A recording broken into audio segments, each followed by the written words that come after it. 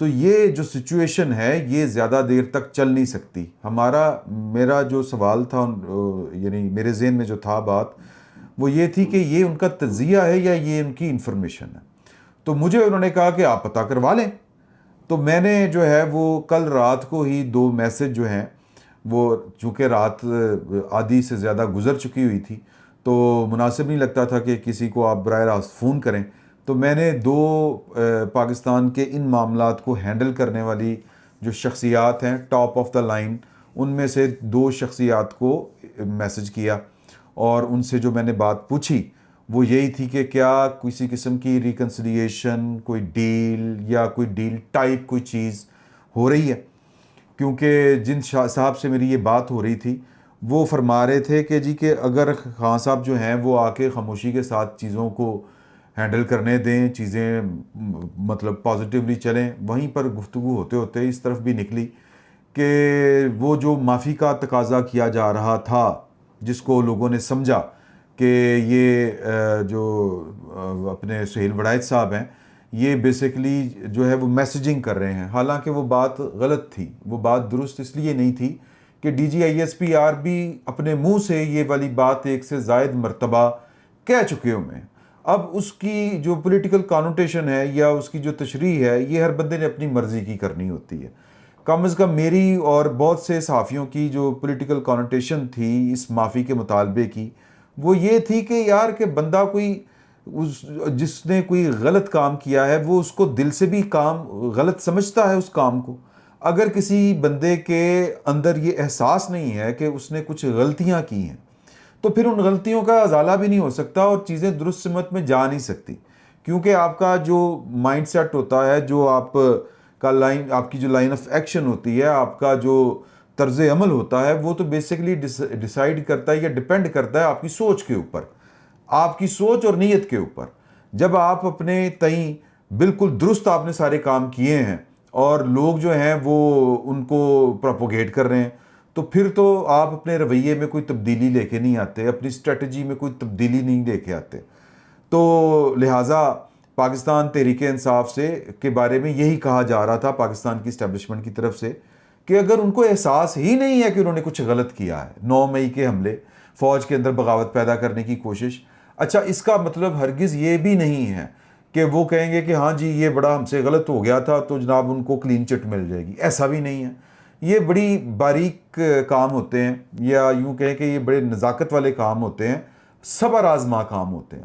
جب آپ کا رویہ تبدیل ہوتا ہے, جب آپ کو احساس ہوتا ہے, احساس ندامت ہوتا ہے, پھر آپ اپنی پالیسی تبدیل کرتے ہیں, اپنا لائن آف ایکشن, اپنا طرز عمل تبدیل کرتے ہیں, آپ کی بات کرنے کے انداز میں فرق آ جاتا ہے, آپ کی گفتگو میں ایک جو ہے وہ نکھار تو خیر نہیں کہنا چاہیے کہ آپ کی گفتگو جو ہے وہ مثبت جب ہوتی ہے تو وہ دنیا کو نظر آتی ہے اور پھر اس کے نتائج بھی اسی طرح سے آنا شروع ہوتے ہیں. لیکن جب آپ دنگا فساد, تصادم, لڑائی جھگڑا ہر وقت اسی مائنڈ سیٹ کے ساتھ, آپ کی زبان سے بھی وہی الفاظ اسی طرح کے پھر نکلیں گے. جب آپ کا مائنڈ سیٹ یہ ہو کہ ہم نے ان کی اینٹ سے اینٹ بجانی ہے, یہ لاتوں کے بھوت ہیں, باتوں سے نہیں سمجھتے, تو پھر جو ہے وہ اگلا بندہ جو اگلا فریق ہے وہ بھی آپ سے چکنا رہے گا, ہوشیار رہے گا, وہ بھی آپ کے ساتھ ٹٹ فار ٹیٹ والا کام کرے گا.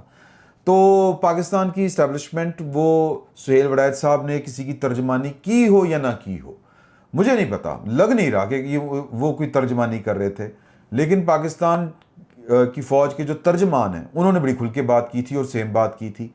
اب وہ جو ان کا مطالبہ تھا یا وہ جو بات کہتے ہیں مطالبہ تھا یا نہیں تھا, یہ ان کا جو خیال تھا کہ 9 مئی والوں کے ساتھ کیا سلوک ہوگا, انہوں نے کہا جی جب 9 مئی والوں کے احساس ہی نہیں ہے تو پھر تو یہی کچھ ہوگا, یعنی سزائیں, قانون, عمل کے اوپر عمل درآمد ہوگا. پھر میں بار بار وہی بات کہتا ہوں کہ اگر ان کو احساس ہو بھی جائے تو پھر ان کے اگلے اقدامات جو ہیں وہ ذرا مختلف ہوں گے.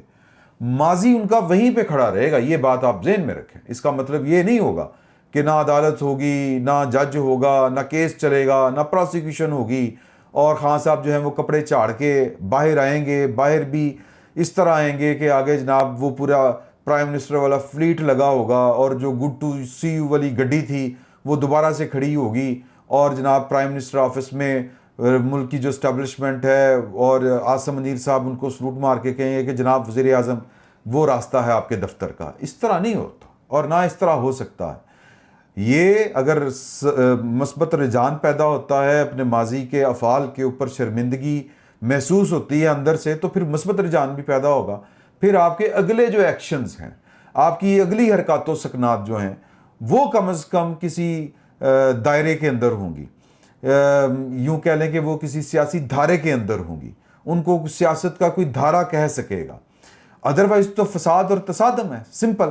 تو جو آج علیمہ بی بی کی گفتگو آپ نے سنی، یہ ہے وہ مثبت رجحان، یہ ہے وہ پازیٹیوٹی کے ایجنڈا یہ قوم ہو، ایجنڈا یہ ملک ہو، ایجنڈا یہ ریاست ہو، ایجنڈا کہ جی کہ میں نے عاصم منیر کو چھوڑنا نہیں ہے. اگر یہ ایجنڈا ہے تو پھر بھائی جان اس کے ہاتھ میں بندوق ہے، وہ بیٹھے ہوئے ہیں اور ان کو پے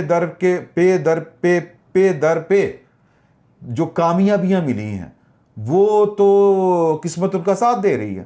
اور قسمت ہمیشہ ہر کسی کا ساتھ نہیں دیتی، قسمت ہمیشہ یاوری نہیں کرتی ہوتی. یہ کوئی مستقل چیز نہیں ہے. یہ بھی اپنی جگہ کے اوپر بات درست ہے. وہ جو ہمارے دوست کہہ رہے تھے کہ یار کہ اس طرح یہ کنٹینیوس جو ہے یہ عمل کس طرح سے رہے گا، وقت ایک جیسا نہیں رہتا. کل کو کوئی حادثہ ہو سکتا ہے، کوئی واقعہ اس طرح کا ہو سکتا ہے. دیکھیں کہ کسی نے نہیں سوچا تھا کہ 22 اپریل ہوگا، کسی نے نہیں سوچا تھا کہ پھر 10 مئی بھی ہوگا، کسی نے نہیں سوچا تھا کہ فیلڈ مارشل بن جائیں گے. وہ فیلڈ مارشل بن جائیں گے جس کو پاکستان کی ایک سیاسی جماعت چیف آف آرمی سٹاف کے عہدے تک پہنچنے سے پہلے روکتی رہی. پھر جب وہ اس عہدے کے اوپر براجمان ہو گئے تو ان کے خلاف جو ہے انہوں نے پھر وہ بغاوت پیدا کرنے کی بھی کوشش کی. تو وقت اگر آج ایک طرف برا ہے، یہ اللہ تعالیٰ دن پھیرتا رہتا ہے، یہ اللہ تعالیٰ کا حکم ہے کہ آج کوئی نیچے ہے تو کوئی اوپر ہوگا. اللہ تعالیٰ دن پھیرتا ہے، یہ اس کی قدرت ہے، یہ اس کا فیصلہ ہے. تو آج اگر وقت بہت اچھا ہے پاکستان کی اسٹیبلشمنٹ کے حق میں، عاصم منیر صاحب کے حق میں، تو یہ ضروری نہیں کہ یہ جوں کا توں رہے گا، بدل بھی سکتا ہے. تو لہٰذا جو بہترین کام ہوتا ہے وہ یہ ہوتا ہے کہ بہترین وقت کے اوپر بہترین کام کیا جائے. اور بہترین کام ان کے خیال میں یہ تھا کہ کوئی راستہ نکالا جائے. اب پھر اگین خان صاحب تو کہتے ہیں کہ جی کہ راستہ میرے کو راستہ نہ نکلنا، معافی میرے کو مانگو. میں نے یہ ان سے بات کی جو میرے صحافی دوست تھے، وہ کہتے ہیں یار ظاہر ہے کہ یہ کوئی نہ کوئی راستہ ہی نکلے گا نا. اگر خان صاحب جو ہیں وہ اگر بیٹھ کے کہہ رہے ہیں کہ معافی مجھ سے مانگی جائے الٹا، تو پھر تو کام نہیں بنے گا. بہرحال یہ آنے والے کچھ دنوں میں کوئی نہ کوئی کچھ نہ کچھ ڈیولپمنٹ ہوگی، پازیٹیو ہوگی. اس سے اگلے روز ہے وہ جواب تو خیر صبح آیا بعد میں. پہلے میں نے یہ دیکھا کہ یہ علیمہ بی بی جو ہیں وہ گفتگو کر رہی ہیں.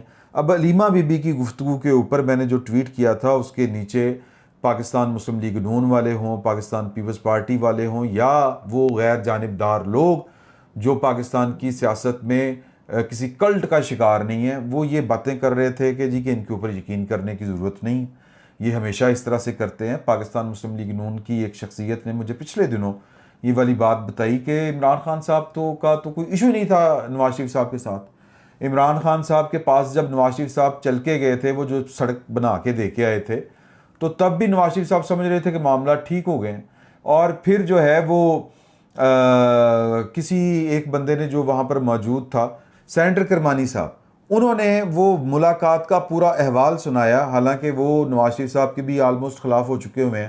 نون لیگ کو ویسے بھی وہ بڑی فاشسٹ پارٹی قرار دیتے ہیں کیونکہ ان بیچاروں کو شاید ٹکٹ نہیں ملی تھی اگلی سینٹ کی. یہ ڈاکٹر بھی ہیں، ڈاکٹر آصف کرمانی صاحب. آصف کرمانی صاحب نے جو احوال سنایا تھا، یعنی وہ پاکستان مسلم لیگ نون چھوڑنے کے بعد بتایا تھا جب عمران خان صاحب کرین کے اوپر سے گرے تھے ایک جلسے کے دوران، 2000 میرا خیال ہے 13 کی جو الیکشن کمپین تھی اس کے دوران. تو نواز شریف صاحب نے اپنی کمپین منسوخ کی تھی، روک دی تھی. میرا خیال 2 یا 3 دن کا وقفہ لیا تھا یا کیا تھا، ان کا پتہ کرنے گئے تھے. اور وہاں پر جا کے انہوں نے کہا کہ دیکھیں کہ عمران، میں نے آپ کو، اللہ تعالیٰ آپ کو صحت دے، تندرستی دے، یہ ہے وہ ہے، میں نے آپ کو کبھی بھی اوئے توئے کر کے نہیں بلایا. میں نے بھی جلسے بہت کیے ہیں، میں نے بھی بڑی سیاست کی ہے، لیکن میں نے کبھی تہذیب، تمیز، اس طرح کا جو دائرہ ہے وہ کبھی اس سے باہر نکلنے کی کوشش نہیں کی. ہمیشہ آپ کو مہذب انداز میں آپ کو عمران صاحب کہہ کے پکارا ہے. اور نواز شریف صاحب آج تک ہی عمران صاحب ہی ان کو کہہ کے بات کرتے ہیں. تو میرا خیال ہے یہ نواز شریف صاحب نے کہا کہ ہمیں جو ہے وہ سیاست کو اس سطح کے اوپر نہیں لے کے جانا چاہیے کہ سیاسی اختلاف جو ہے وہ ذاتی دشمنی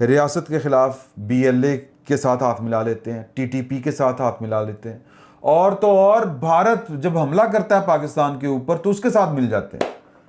تو پاکستان کی اسٹیبلشمنٹ جو ہے وہ عمران خان صاحب کے اوپر اعتبار نہیں کرے گی.